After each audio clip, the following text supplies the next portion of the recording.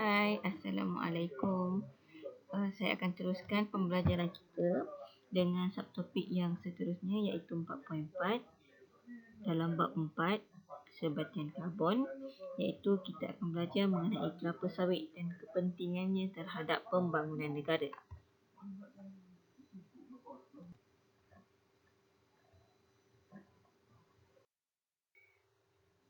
Okey, so ini adalah sebuah gambar rajah ya. Dalam gambar rajah ni ada pelbagai gambar yang melibatkan kelapa sawit.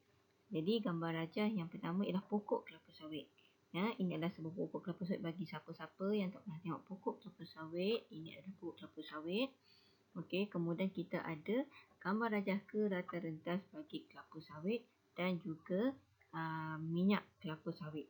So, minyak ini adalah hasil daripada pemprosesan kelapa sawit. Okey, ini adalah sebenarnya sebuah video yang mana menunjukkan pemprosesan kelapa sawit.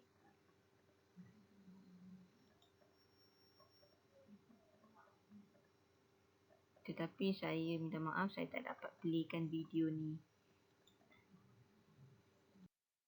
Okey, seterusnya kita akan pergi kepada menganalisis kelapa sawit dan kepentingannya terhadap pembangunan negara.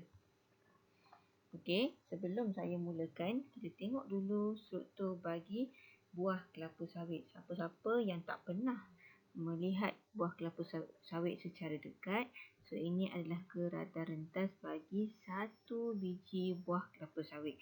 Jadi sebenarnya average saiz buah kelapa sawit ini adalah sebesar ibu jari kita.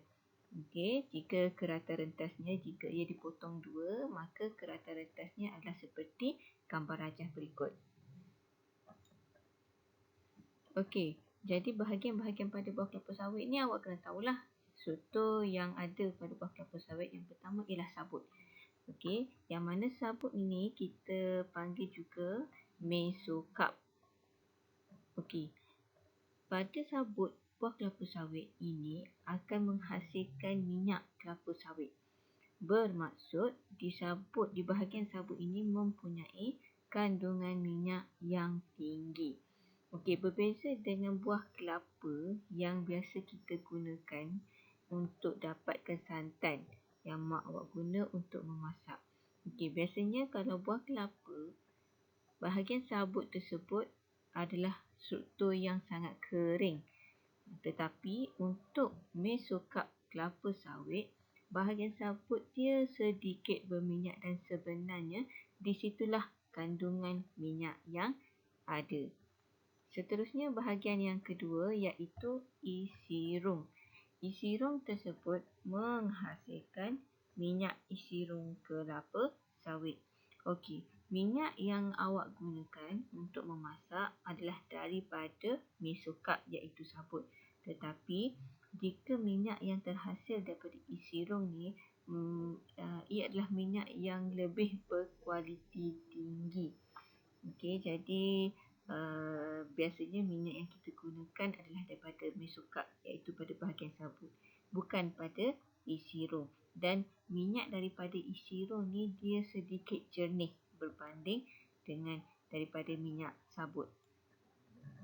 Okey, bahagian ketiga ialah tempurung, iaitu kita panggil sebagai endokarp.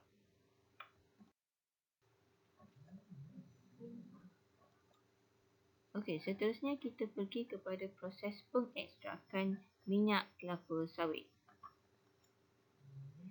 Okey, kita ada beberapa proses yang perlu dilalui untuk mendapatkan minyak kelapa sawit. Yang pertama adalah proses pensterilan, yang mana pada peringkat pensterilan, kelapa sawit tersebut akan disterilkan terlebih dahulu untuk membunuh mikroorganisma dan juga dalam masa yang sama untuk melembutkan buah kelapa sawit. Bagi siapa-siapa yang tak tahu, buah kelapa sawit sebenarnya sedikit keras. Ya, dia bukan seperti buah kelapa yang kita guna tu, yang biasa kita guna. Okay. Kemudian bila kaedah pensterilan ni Okey, bila kaedah pensyarian ini selesai, maka kelapa sawit tersebut melalui proses penanggalan. Okey, semasa proses penanggalan ini, apa yang berlaku ialah buah kelapa sawit tadi itu akan dipisahkan daripada tandannya. Okey, jadi apa yang berlaku kat sini, kelapa sawit tersebut akan terlerai dari tandan dan dia akan jadi sebiji-sebiji. Okey, proses yang ketiga ialah proses penghancuran. Di mana pada proses ini, buah kelapa sawit tersebut akan dihancurkan. Kemudian, buah kelapa sawit itu akan dicernakan pada suhu yang tinggi untuk menanggalkan mesukat dari tempurung. Kalau nak senang faham, buah kelapa sawit tersebut dihancurkan kemudian diwapkan dengan suhu yang tinggi lah. Okey, supaya bila benda yang kita dah wapkan pada suhu yang tinggi ni, mesokat dia ataupun sabut dia tu lagi senang nak tercabut daripada tempurung. Maksud itu adalah proses penghancuran. Proses yang keempat ialah proses penekanan ataupun ekstrak. Okey, kalau sebut pasal ekstrak, perkataan ekstrak tu sendiri dah membawa maksud asingkan. Jadi, untuk proses ini, mesokarp tersebut akan diasingkan ataupun akan diperah menggunakan tekanan hidrolik. Jadi, pengasingan kat sini adalah antara mesokarp iaitu sabut dan juga minyak. Kemudian proses yang kelima ialah penurasan. Dalam proses ini, benda asing berpecah ditapis dan juga dibuang. Okey, apa yang dimaksudkan kat sini ialah pada bahagian yang diperah tu tadi biasanya akan adalah kalau kita sebut dalam bahasa yang senang nak faham ialah hampas lah. Okey, jadi hampas tersebut ataupun benda asing tersebut akan ditapis. Kemudian dia akan dibuang. Dan proses yang terakhir sekali ialah proses penulinan. Pada proses ini, minyak kelapa sawit tadi yang diekstrak ataupun diperah menggunakan tekanan hidrolik itu tadi akan ditulinkan. Okey, akan ditulinkan daripada bau dan juga warna. Dan sebenarnya minyak kelapa sawit ini semasa proses pengekstrakan tu memang dia akan ada lagi bau dan juga warna yang sangat pekat. Warna macam warna merun dan bau dia sangat busuk. Jadi dalam proses penulinan inilah minyak kelapa sawit tersebut akan diasingkan baunya dan juga warnanya supaya jadi minyak yang kita gunakan ataupun minyak yang berada pada pasaran sekarang. Okey, seterusnya kita pergi kepada kegunaan minyak kelapa sawit. Okey, minyak kelapa sawit ni banyak kegunaan dia. Okey, yang pertama adalah dia digunakan sebagai pelincir. Okey.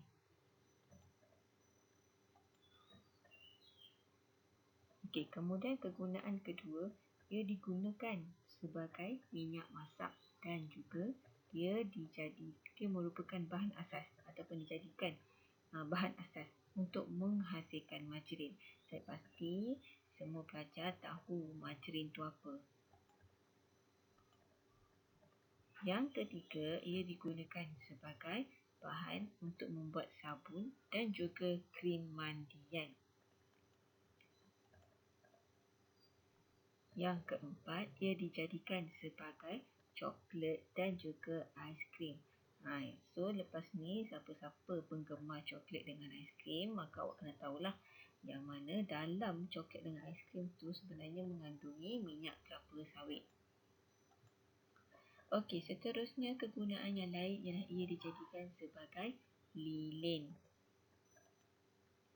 Dan akhir sekali ia digunakan untuk menghasilkan cat ataupun dakwat.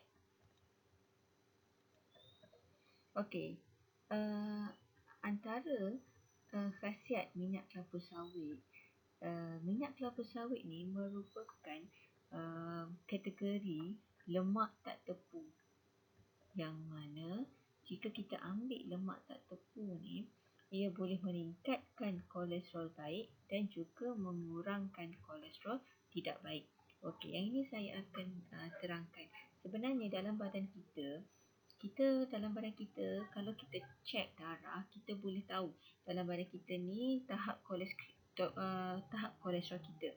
Okey, dan kolesterol ni dia ada kolesterol yang baik dan juga kategori kolesterol yang tak baik. Okey, dan minyak kelapa sawit ni dia memberi kolesterol. Kalau kita ambil, dia akan meningkatkan kolesterol. Cumanya bila kita ambil minyak kelapa sawit ni, dia akan meningkatkan kolesterol baik dan dalam masa yang sama dia akan kurangkan kolesterol yang tak baik. Jadi bermaksud kolesterol ni dalam badan ni dia bukanlah sesuatu benda yang tak baik ataupun bukan sesuatu benda yang kita tak boleh ambil langsung. Ada kolesterol dalam badan yang baik. Yang baik tu sepatutnya lebih tinggilah berbanding yang tidak baik. Jadi yang tak bolehnya ialah bila kolesterol tak baik dalam badan tu lebih tinggi berbanding dengan kolesterol baik. Okey, kemudian minyak kelapa sawit ni dia mengandungi vitamin E ataupun kita katakan sebagai beta carotene. Jadi vitamin E ni dia bagus untuk penglihatan dan juga bagus untuk paru-paru. Okey, kemudian vitamin E dia ada vitamin E iaitu tocopherol yang mana merupakan antioksida. Antioksida sangat baik untuk kulit, ya, dan juga ia boleh mencegah. Okey, baiklah kita tengok aktiviti penyelidikan minyak kelapa sawit. Sebenarnya negara kita ni merupakan pengeluar minyak kelapa sawit antara yang tertinggi di Asia Tenggara selain daripada Indonesia. Jadi dalam negara kita, bila penghasilan minyak kelapa sawit kita boleh hasilkan kelapa sawit dengan tinggi, jadi kerajaan mengambil peluang ini untuk membuat minyak kelapa sawit ni sebagai bahan yang dieksport ke luar negara. Jadi dalam masa yang sama, kerajaan kita juga mendapat pendapatan daripada hasil ekspor minyak kelapa sawit. Jadi sebelum kita ekspor keluar, kita sendiri pun kena tahu apa yang kita boleh buat penyelidikan kepada minyak kelapa sawit kita supaya minyak kelapa sawit yang kita ekspor keluar tu merupakan minyak kelapa sawit yang berkualiti tinggi, yang sangat baik. Barulah orang percaya yang minyak kelapa sawit di Malaysia ini adalah minyak kelapa sawit yang eloklah, yang baik. Okay, antara penyelidikan yang dilakukan ialah penyelidikan dijalankan oleh PORIM, iaitu penyelidikan minyak kelapa sawit Malaysia. PORIM ni adalah macam badan organisasi lah yang mana menyelidik minyak kelapa sawit. Okey, dan satu lagi ialah MPOB. Saya yakin MPOB ni merupakan lembaga yang paling utamalah, lembaga minyak kelapa sawit Malaysia yang paling utama yang menjalankan penyelidikan minyak sawit. Okey, kemudian dari segi penanaman,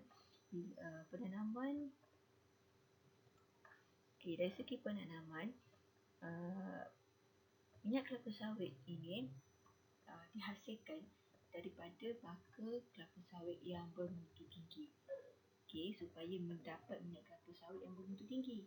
Jadi kena buat penyelidikan lah, menyelidik cara penanaman yang betul, macam nak guna baja yang baik, kemudian macam mana kita nak kawal minyak kelapa sawit, pokok kelapa sawit itu daripada rosak dan juga penyakit. Dari segi pemprosesan, PORIM dan juga MPOB menyelidik cara nak mengekstrak dan juga memproses minyak kelapa sawit dengan lebih berkesan dan juga murah. Jadi bila pemprosesan kita dapat cut cost pemprosesan minyak kelapa sawit, maka kita boleh menjual minyak kelapa sawit dengan harga yang lebih murah. Okey, kemudian bila kita boleh jual dengan lebih murah, maksudnya persaingan di pasaran berbanding minyak-minyak lain, kita menambah. So minyak kelapa sawit ni akan jadi permintaan yang tinggi lah.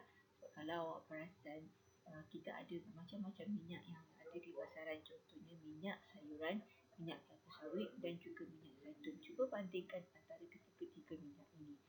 Biasanya kita lebih suka mengambil minyak kelapa sawit sebagai bahan untuk kita beli, sebagai bahan untuk kita buat masak, sebab minyak kelapa sawit lebih murah. Kemudian seterusnya ialah dalam pengawalan pencemaran di kilang. Okey, penyelidikan dijalankan ke atas penggunaan sisa-sisa kelapa sawit yang dibuang. Di sini ni saya nak tekankan maksud sisa kelapa sawit ni adalah tandan-tandan yang tidak digunakan lagi.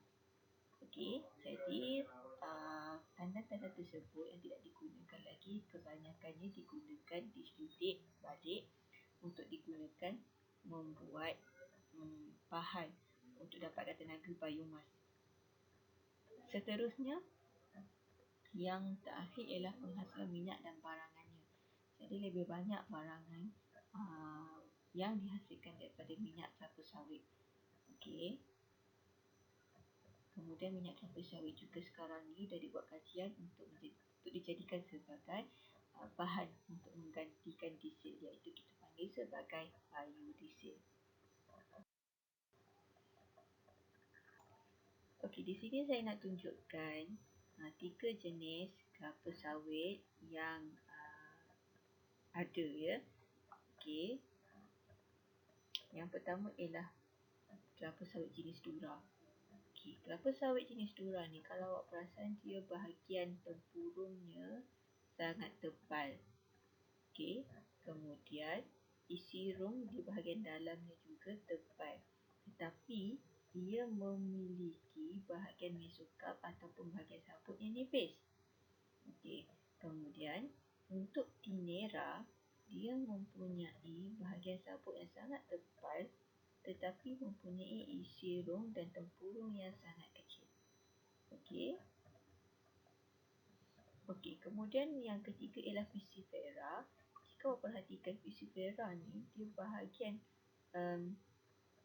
bahagian dalam dia tak ada tempurung. Ya, dia tak ada tempurung ataupun endokap. Dia hanya mempunyai sabut iaitu mesokap dan juga isi.